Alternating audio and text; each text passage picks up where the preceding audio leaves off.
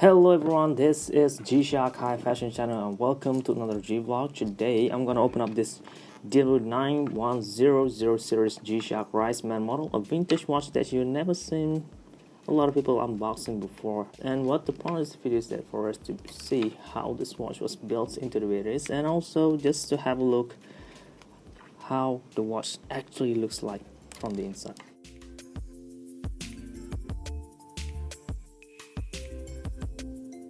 Just now removing all 5 screws that this watch have, and as you can see now, we could already remove the bezel altogether. First of all, we need to remove this bottom layer first by pulling it up just like so, and now you can see how the back plate actually looks like, and also how this interior part of this bottom layer of the bezel, as far as this shock absorber structure, actually was built as well. G-shock protection over here, and you can see all those tiny little details in the construction of this very simple piece that nobody can see actually, but here it is. Now we could already remove the bezel that this model have, but obviously we need to remove this from this side first and then proceed to this part of the watch. Obviously you need to press the button and use a little bit of force to push the bezel out of the way. In my case right now the bezel is still holding up very well, so I could perform this. If your watch don't have the stiff bezel construction anymore, please don't try to remove the bezel at all. You might end up destroying the whole piece altogether. So here it is again, the top layer of the bezel. This is the rarest part of the watch. Most of the time, especially up to date, this part already beginning to rot and you know what, destroy. So be very careful when removing one of this. And you know what, let me put this thing back in here. There it is, like so, and just show you guys how the watch actually looks like without the bezel. And look at that, this is how the casing is very big, very thick, but the watch body, the hard case itself, aren't as big anyway. So instead of just saying that, let's measure the size of this thing and just show you guys what I mean. Size should be just 37.74 millimeters. The actual thickness of the hard case is just 15 millimeters only, but when you add the whole thing together, 19.3 millimeters. We could now proceed by removing the watch band, which is just locked with a standard spring bar in there.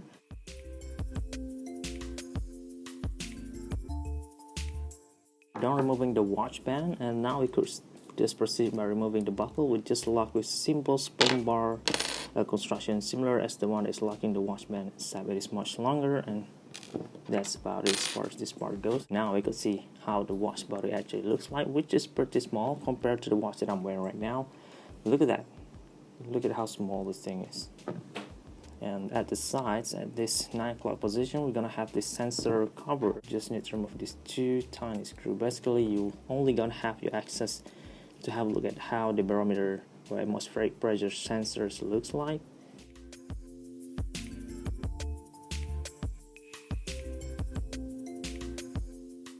This is a tiny frame that's covering this bar, and we have an O-ring to obviously act as an watertight structure for this sensor region over here. And this is basically how it looks like, similar as any, I believe, most G-Shock watch even today. Look at that. And now let's proceed by removing the screw on the back plate, which seems to be was also made out of titanium.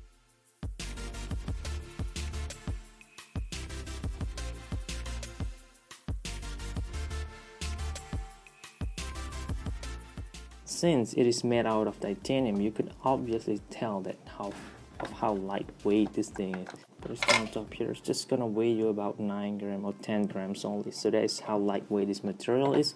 Compared when you open up a back plate of a stainless steel model, this part will be significantly heavier. You could actually feel it as you hold it or just remove it. And we can see a J48 piezoelectric speaker being just glued or double-sided at the back over there. Not serve much purpose at all, so I'm just gonna leave it there. And now this is how the interior looks like. First of all, we're gonna have a look at this shock absorber or the back cushion. Just remove it like so, nothing that's holding it into place at all, and just like that. Put it to the side, and this is how the interior actually looks like. And you know what, I'm gonna try to remove this battery out of the way so we could see how this electronics actually looks like as well. What is interesting about this type of engine is that you could see of how they lock the battery into place, which is significantly different from the usual style they lock a battery on a G-shock. That is, now we have two clips instead of just one. The way for us to remove this clip is somehow still similar. Just unclip it like so, and then just remove on the other side like so. And on top of this stainless steel part, you can see that we have a Casio Japan, which is no jewels, and yeah, this temple there, so you know right away this engine was made in Japan, as being stated on this back plate as well. Japan white titanium back. And now we could just remove the battery like so. Just operating on CR201, so you can get this almost anywhere, so it's very easy and cheap as well. So this is how the interior looks like. Look at all those tiny little electronics in there. We have do not turn being stamped down. I have no idea what that do not disturb mean, but I'm just guessing that just a warning so that the module won't fall off as after you remove the back plate, just in case you like put the watch upside down. And but then again, we're not gonna do that anyway. Alright, now I'm gonna need to remove this tiny little parts. There is square little thing that is holding the sensor ribbon and connecting it to the electronics or the motherboard of this G-Shock watch. After I remove this screw, and then I could remove that square plate, and after that I could remove the ribbon, and thus we have our access to the motherboard and all those electronics in here. The easiest way to remove the module out of this hard case after you unscrew the thread or remove the ribbon is just pry this thing out. In this case now, I'm just gonna use my fingernail instead of a screwdriver. I should have used a screwdriver instead though, but it's still working just fine. The modules feel still coming out, and this is how the interior looks like. To see we have a metal frame all around the hard case to protect the module, and look at the button as well. As I press it, the button didn't came out on its own. It's sort of like there are no spring to push the button back out, which is weird. And this will be the faceplate. Seems like it's already stuck to the mirror, but I still want to remove this. And you know what, just to clean this thing up, and if you want to remove this thing as well, be very careful with the tool. Or I mean, you don't want to break the faceplate, and you don't want to scratch the glass from the inside. You could pry this thing out just a little bit slowly, and then it could came out as well. They didn't even glue this thing over here. It's just out of old age, this part is already beginning to disintegrate, and it's getting oily, and that what gets this thing to stuck to the glass. And this is how it looks like, no printing at all, and you guys could see there are a lot of oily looking, very sticky feels as well if you hold it on the hand. This is the second part, basically the window highlights for the sensor graph display. This part also just clip on there, not glued at all, so that's a very interesting thing to take note of about this vintage G-Shock watch. They are so tiny, but they didn't glue it over here, so it's very cool.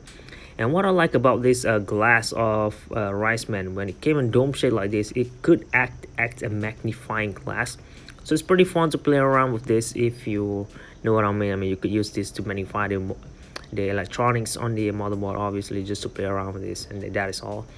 And this is the sensor ribbon. As you can see, we have some sort of 4 dots, 4 metal connector that gonna connect to the motherboard, obviously. And this is all the things that connect the sensor to motherboards, and the rest will be figured out or calculated from the motherboard and to display as the atmospheric pressure change, the altimeter, and all incredible feature. Okay, that is as far as this tiny sensor ribbon.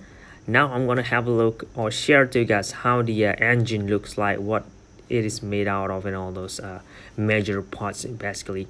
First of all, there is this rubber cushion placed at the side. From what I've seen so far, there are so many protection layers for this engine alone. If you think about it, we have the resin case, resin hard case, metal frame in the resin hard case, and then we have this round rubber cushion, and next to it you're gonna have this metal frame to hold the module into place. Despite the modules already could hold this into place, but still we have it over here. This round metal frame, if you actually hold it, you could feel that this part is really solid. It's really tough materials, and it looks very, and also feels expensive as well. So basically we get what you pay for.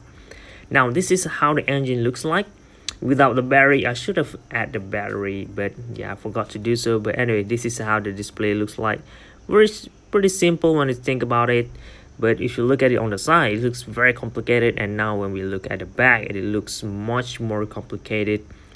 I mean, it fits very well to the price. After I look at it all the way inside here, when we just judge it from the exterior, it didn't look as good, but when we actually looks how this watch was made out, nothing in here is lazy, everything's symmetrical, everything is just jam-packed, like no wasted space at all. It's just very incredible details. Now let's have a look at the module without the casing at all. The size was just gonna be about 29.30, which is pretty small when you think about it. But for the thickness though, we're gonna have a look at 7.327 or 26 millimeter, which is half the original thickness when you put the hard case and the bezel on. So the module itself is indeed really small. What makes this G-Shock watch big is the casing, which in my opinion could be switched over time or redesigned.